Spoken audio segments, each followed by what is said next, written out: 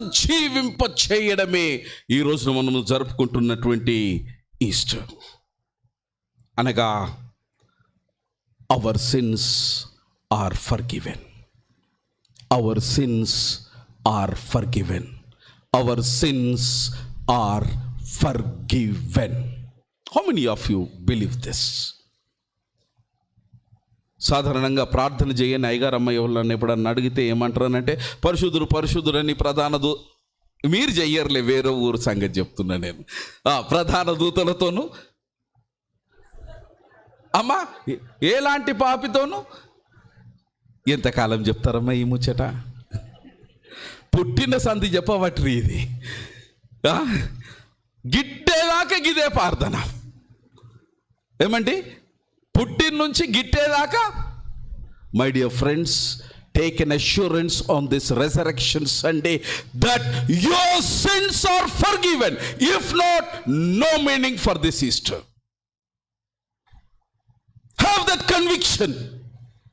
యేసునందు విశ్వాసం ఉంచినటువంటి మరుక్షణమే నీ పాప ప్రక్షాళనము జరిగిందని విశ్వసించకపోతే ఈ పునరుద్ధానానికి అర్థం లేదు. ఇంకెన్ని పునరుద్ధానాలు వచ్చినా నీకు మోక్షం లేదు.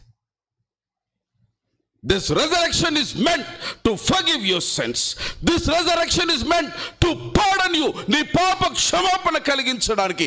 This resurrection is meant నీకు భగవంతునికి మధ్యలో ఉన్నటువంటి ఆ గోడను పడివేయడానికి పునరుత్థానము నిర్ణయించబడ్డది. ఈ పునరుత్థానము నీకు భగవంతునికి మధ్యలో అనుసంధానాన్ని కలపడానికి ఈ పునరుత్థానము నిర్ణయించబడినది. My dear friends, today after Corona, probably we are celebrating the first Easter. Am I right? Are you feeling glad? హ్యాపీగా ఉన్నారా? హ్యాపీగా ఉన్నారా? అయ్యా మేము ఇంత పాట పాడినాం అయ్య గారు, తెలుస్తలేదా నీకు? అయ్యా రైట్, మీరు నవ్వారు కనుక హ్యాపీగా ఉన్నారన్నది నాకు అర్థమైంది. అండ్ ఈ హ్యాపీనెస్ అనేది నేడు మనము జీవిస్తున్నటువంటి జీవితంలో how genuine it is. I would like to make an examination of ourselves. Corona వచ్చిన తర్వాత జీవితాలు, బ్రతుకులు ఛిద్రమైపోయినాయి. మారుతున్నటువంటి పరిస్థితులు, రాజకీయ సమీకరణల్లో ధైర్యంగా పట్టపగలు పరిశుద్ధ గ్రంథాన్ని చంకలో పెట్టుకొని వచ్చేటువంటి దినము నుంచి ఈ రోజున మనము పరిశుద్ధ గ్రంథము సంచిలోకి జారిపోయే దినం వచ్చింది.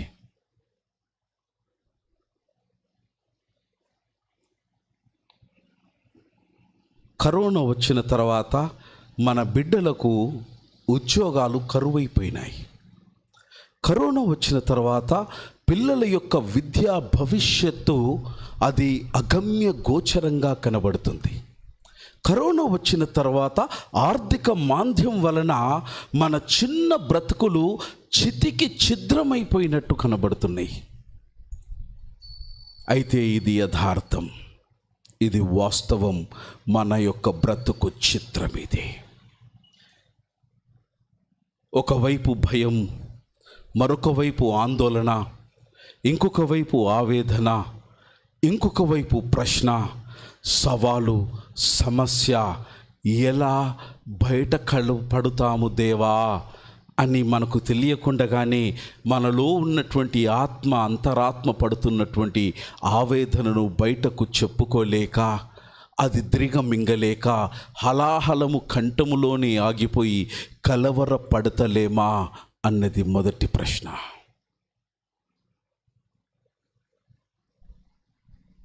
But we are acting in such a way that nothing has touched us.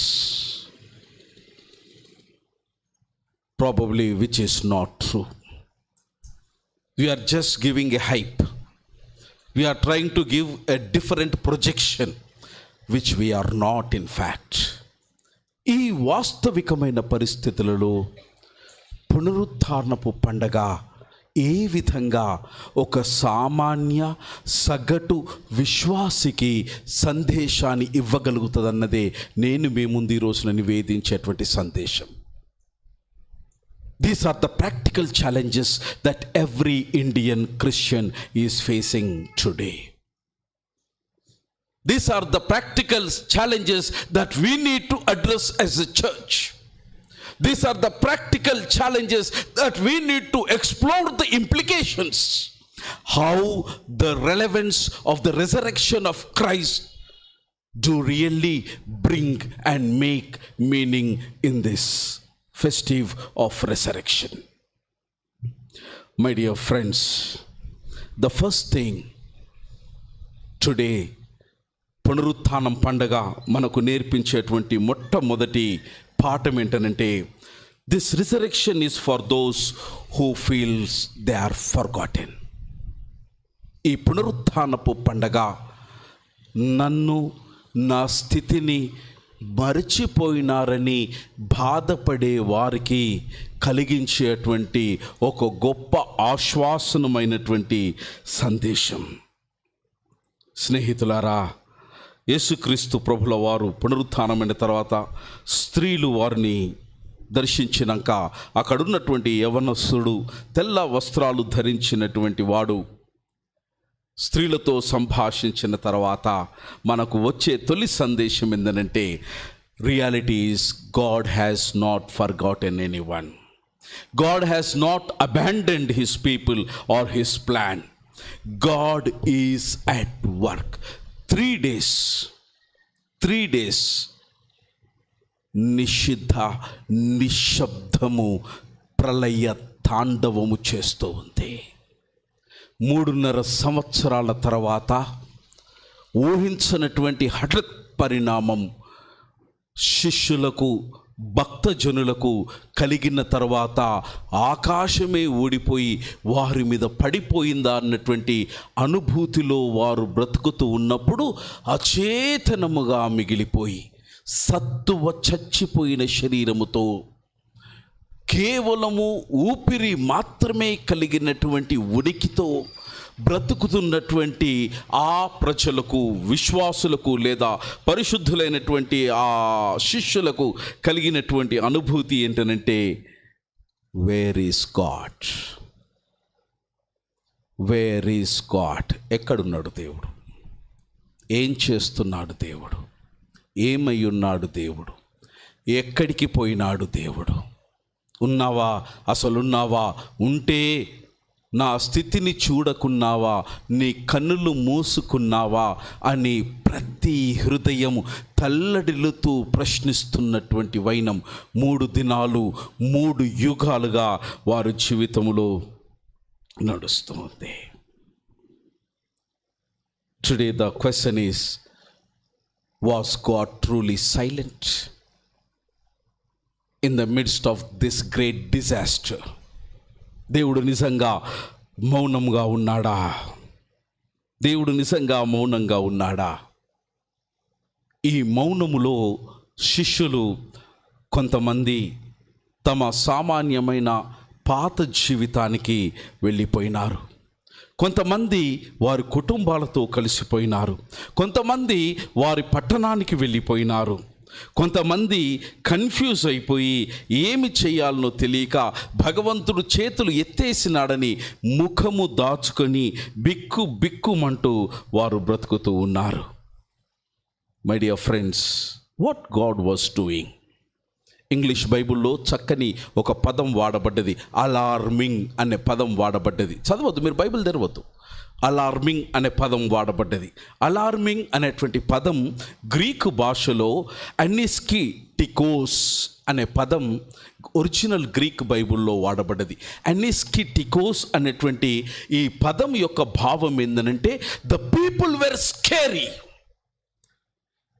అంటే అక్షరానికి అందనటువంటి ఒక భయానకమైనటువంటి అనుభవము గుండా వారు బిక్కుమంటూ దినాన్ని వెళ్ళదీస్తున్నారు. అండ్ పీపుల్ వేర్ ట్రెమెండస్, వణికిపోతున్నారు. And people were appalling, people were terrific, and people were alarming, people were disturbing, people were frightening. My dear friends, many a times in our lives, ఈ నిశ్శబ్దమైనటువంటి 3 దినాలు కూడా మనకు అనేక సందర్భాలలో ఈ మరణము, సమాధి యొక్క అనుభూతిని కలిగిస్తూ ఉంది.